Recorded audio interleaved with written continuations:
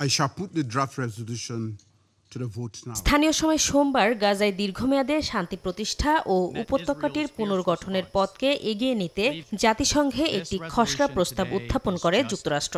15 সদস্যের নিরাপত্তা পরিষদে 13-0 ভোটে প্রস্তাবটি পাশ হয়। রাশিয়া ও চীন ভোটদান থেকে বিরত থাকে। এর মধ্য দিয়ে গাজায় বিদেশি সেনা মোতায়েনে মার্কিন প্রেসিডেন্ট ডোনাল্ড ট্রাম্পের পরিকল্পনার অনুমোদন দিল সংস্থাটি।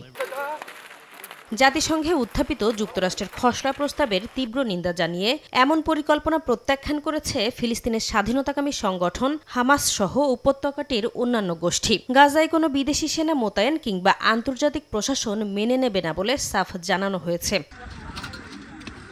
চলমান পরিস্থিতির মধ্যে গাজায় তীব্র মানবিক সংকট অব্যাহত রয়েছে। দেইর আল বালা শহরে নেই খাবার ও বিশুদ্ধ পানি, ওষুধের মজুতও প্রায় শেষ। এর মধ্যেই হামলা চালিয়ে যাচ্ছে দখলদার বাহিনী। উপত্যকাটির আশ্রয়কেন্দ্র হিসেবে ব্যবহৃত একটি স্কুলে ইসরায়েলি ড্রোন হামলায় আহত বেশ কয়েকজন। স্থানীয় কর্তৃপক্ষ বলছে, যুদ্ধবিরতি কার্যকরের মধ্যে ইসরায়েল শতবার চুক্তি লঙ্ঘন করেছে।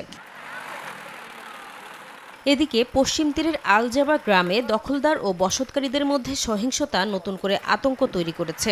হামলায় পুড়ে গেছে 3টি গ্রাম, গাড়ি ও গোডাউন। এর কয়েক ঘণ্টা আগে হেব্রনের সাইর এলাকায় দখলদারদের হামলায় আহত হন বেশ কয়েকজন ফিলিস্তিনি।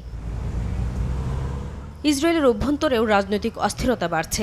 গাজায় 7 অক্টোবরের হামলার তদন্তে বিচারপতিদের নেতৃত্বে রাষ্ট্রীয় কমিশন না করে সরকার গঠন করেছে একটি রাজনৈতিক কমিটি। বিরোধী নেতা ইয়াইর লাপিদের অভিযোগ, এটি প্রধানমন্ত্রী নেতানিয়াহুর উদ্দেশ্যমূলক পদক্ষেপ, কারণ বিচার বিভাগীয় তদন্তে তার ব্যর্থতা ফাঁস হয়ে যাবে।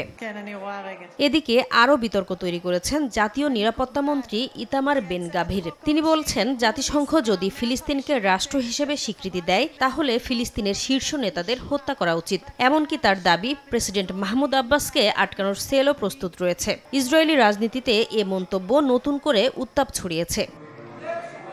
নাসরিন রুমি, সময় সংবাদ।